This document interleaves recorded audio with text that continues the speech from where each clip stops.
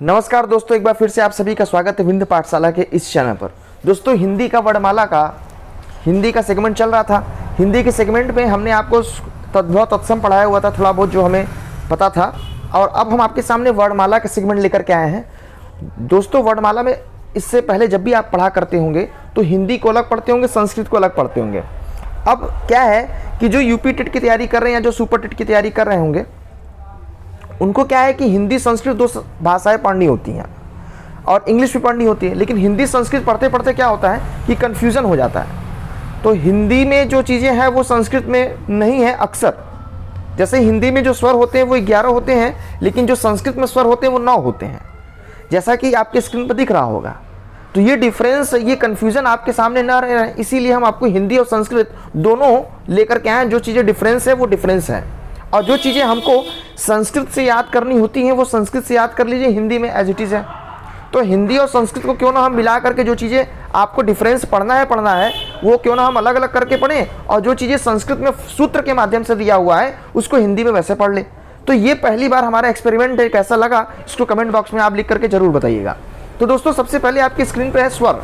स्वर देखिए, हिंदी में 11 होते हैं, अ आ ई उ री ए ओ औ, ये आपके टोटल स्वर 11 होते हैं हिंदी में। लेकिन हिंदी की बात ना करें, अब संस्कृत में अगर देखिए तो स्वर की संख्या होती है 9। संस्कृत में स्वर होते हैं 9 और हिंदी में स्वर होते हैं 11। संस्कृत में स्वर देखिए कैसे 9 होते हैं, अ ई उ री ए औ ए औ। ये टोटल मिलाकर के कितने हैं? 1 2 3 4 5 6 7 8 9। अब टोटल संस्कृत में स्वरों की संख्या कितनी है? 9, और हिंदी में स्वरों की संख्या कितनी है? 11। तो ये हमेशा याद रखिएगा। व्यंजन दोनों में सेम है। व्यंजन हिंदी में भी 33 है और संस्कृत में भी 33 है। अगर व्यंजन की बात करें, देखिए एक वर्ड है कुल। कुल अगर नहीं दिया है तब की बात कर रहे हैं। अगर कुल स्वर की अगर पूछ ले हिंदी में तो वो आप बोलेंगे 13। लेकिन यहाँ पर जो सिंपल हमें स्वरों की संख्या पूछी जाती है, जो अक्सर एग्जामों में, वो 11 ही पूछी जाती है। तो 11 की बात कर रहे हैं, अभी कुल स्वर की बात नहीं कर रहे हैं। हिंदी में वो 13 होती है। हिंदी के जो चीज़ें अलग हैं वो बात कर रहे हैं। व्यंजन देखिए, हिंदी में भी 33 होते हैं, संस्कृत में भी 33 होते हैं, 33। संयुक्त व्यंजन की बात करें तो हिंदी में 4 होते हैं, लेकिन संस्कृत में 3 होते हैं। हिंदी में 4 संयुक्त व्यंजन होते हैं और संस्कृत में 3 ही होते हैं। जो स्र होता है वो संस्कृत में नहीं होता है।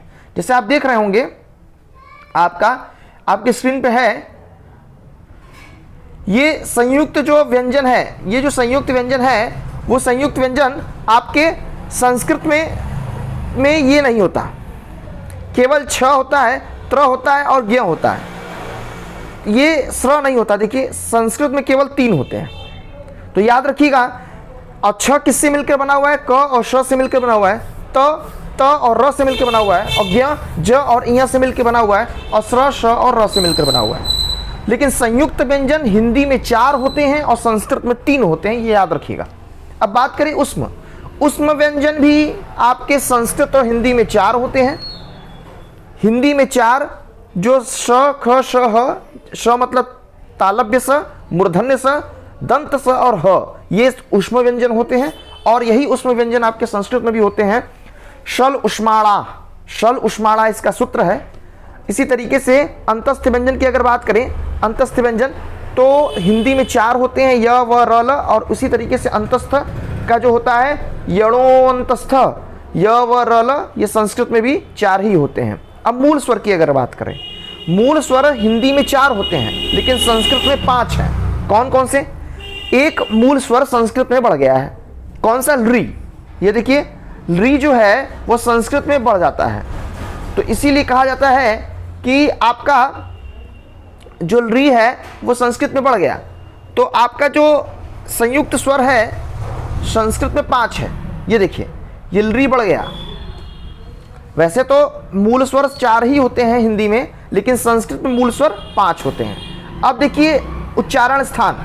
अब उच्चारण स्थान अक्सर आप संस्कृत को ही याद रखें तो ज़्यादा सही है।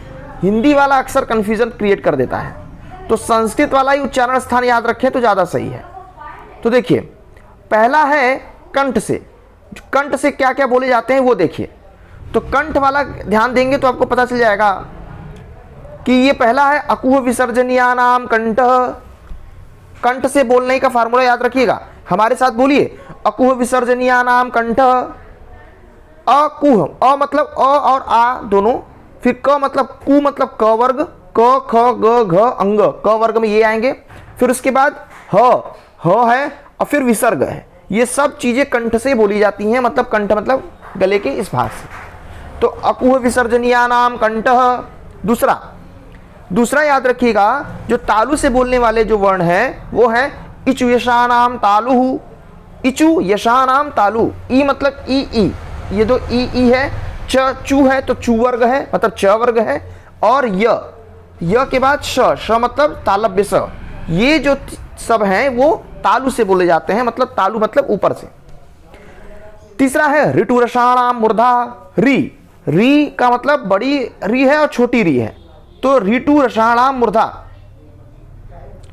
ऋतु रसाणाम मूर्धा, री फिर ट वर्ग है पूरा, ट ठ ड ढ ड़, फिर र और फिर श मूर्धन श, तो ऋतु रसाणाम मूर्धा।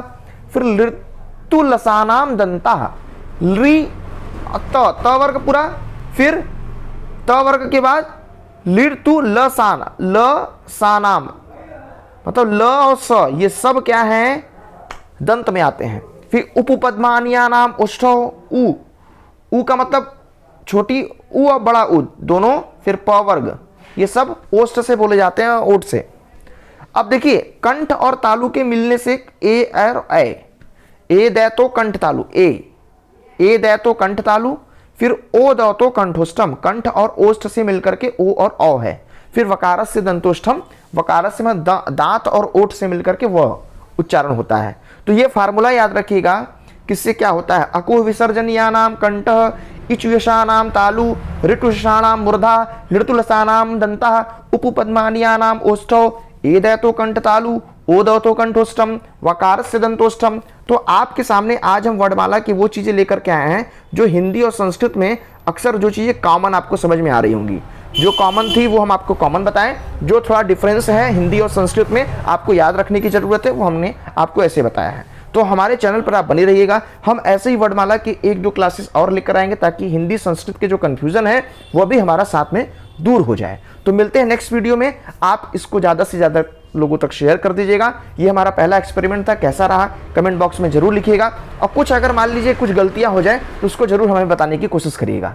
मिलते हैं नेक्स्ट वीडियो में, तब तक के लिए नमस्कार, जय हिंद, जय भारत।